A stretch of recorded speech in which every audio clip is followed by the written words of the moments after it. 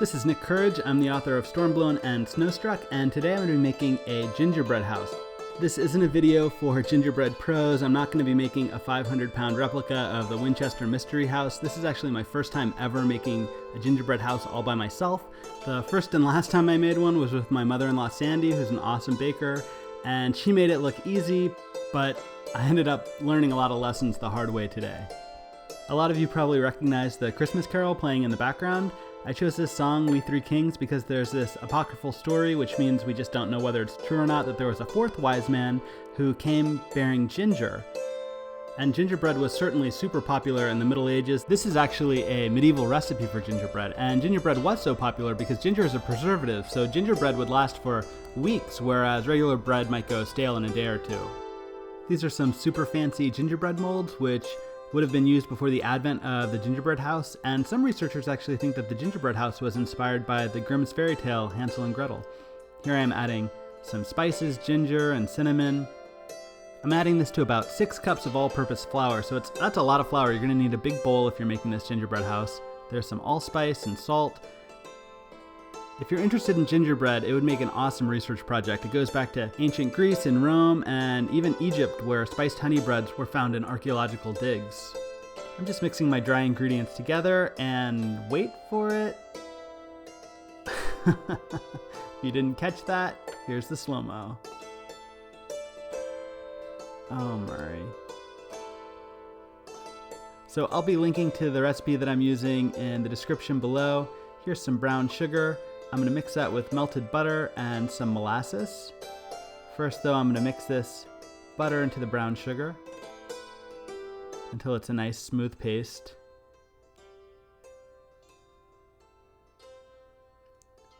Two large eggs. There's the molasses. If you're wondering what molasses is, it's basically the leftovers when people make sugar. So manufacturers will crush sugar cane or sugar beets, boil it down, and that boiling will produce sugar crystals, and then the stuff that doesn't crystallize, that doesn't make traditional sugar, is molasses, and it is thick. Here I am adding just a tablespoon of water to my eggs and brown sugar and melted butter and molasses, and I'm just going to stir that until it's a fine paste. You can really start to smell all those spices at this stage. The cinnamon, the allspice, the ginger, it smells so good. And I'm just gonna add it to my dry ingredients, start mixing. My first mistake here is that I probably should have used a bigger bowl. 6 cups is a lot of flour, and you can see that I'm starting to run out of space. This is a really dry dough, so you have to really work it to make it incorporate, and that bowl was just a little bit too small to do that. I'm kneading the dough just a little bit more before I split it in two and refrigerate for at least 2 hours. I don't usually like using plastic wrap, but a damp tea towel didn't seem like it was going to really do the trick here. With my dough in the fridge, I decided to start designing my gingerbread house, and there are lots of downloadable and printable templates that you can find for gingerbread houses online. And spoiler alert, that's probably what I should have done. Instead, I decided to freehand a gingerbread cathedral. I'm just using cardboard boxes for this because the intention is that the gingerbread house will be for display and not for eating. So here I am, thinking that I'm going to have this enormous gingerbread house. I'm really just eyeballing it. There's the roof. I'm assembling this cardboard model beforehand just to make sure that all my pieces will fit together when they're baked. Since everything looks good, my next step is just to deconstruct the model and use the individual pieces to cut my dough. Since I'm feeling pretty confident at this point, I decided to melt some peppermints to make stained glass windows. If I burned the first round, the second batch turned out a lot better though. These should be thin enough that if you put a battery-powered tea light in your gingerbread house, a little light should shine through. And you can see they are really thin. Apologies in advance to anyone who uses these videos to relax. The dough is done. If you couldn't tell from the sound, this is a super heavy, dense dough. And it doesn't roll out quite as big as I thought it would, unfortunately. I'm supposed to be getting half of my house from this half of the gingerbread. And you can see that my plans don't quite work out. So, much like the process of writing and revising, I am revising my plans for my gingerbread house.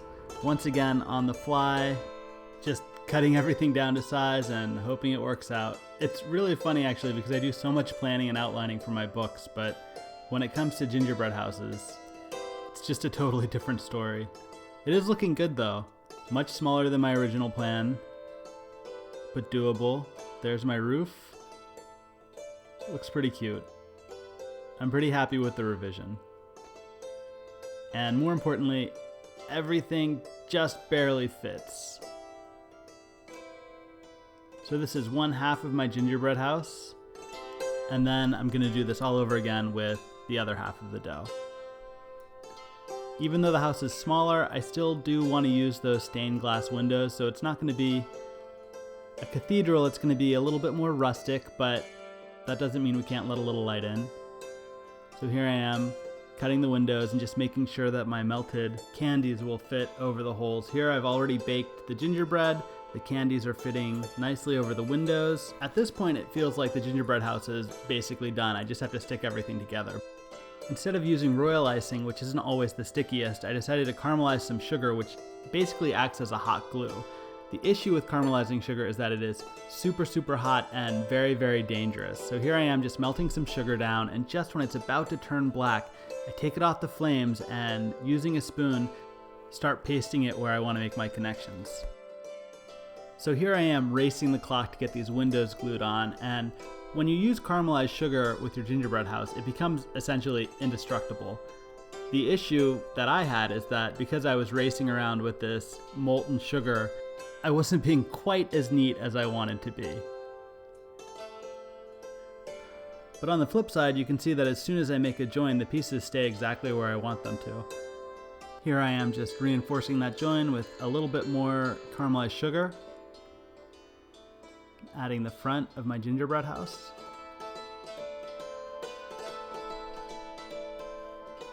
You can see it's really starting to drip, and I don't have a lot of control over it because that caramelized sugar is really, really hot.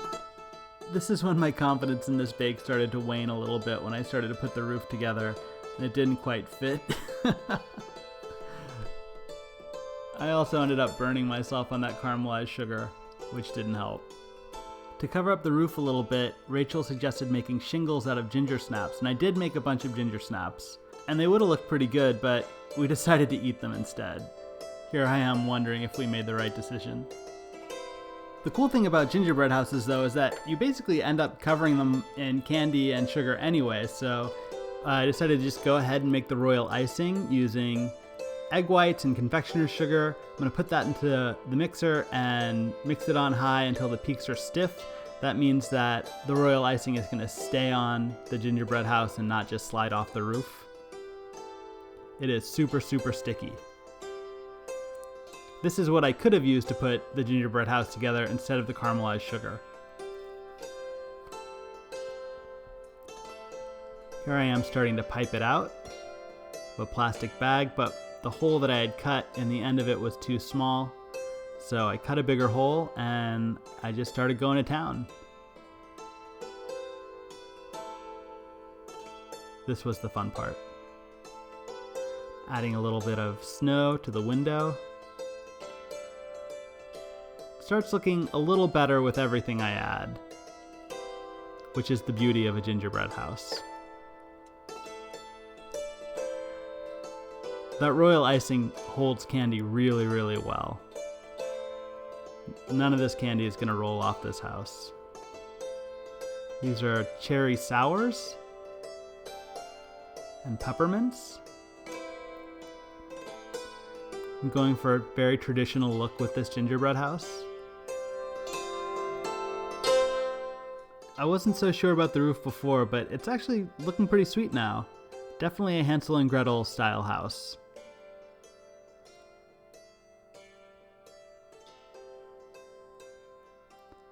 Making a little peppermint fence.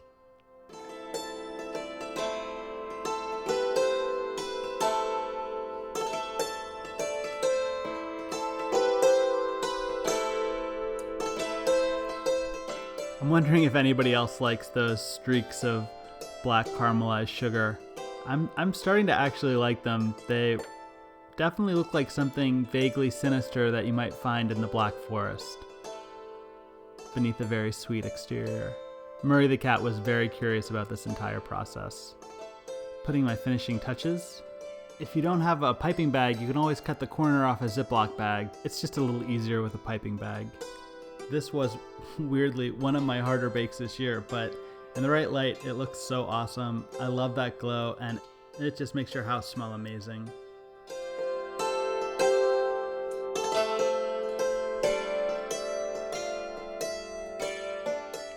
For more about me and my books, and for more baking videos, visit nickcourage.com. And happy holidays from Courage HQ.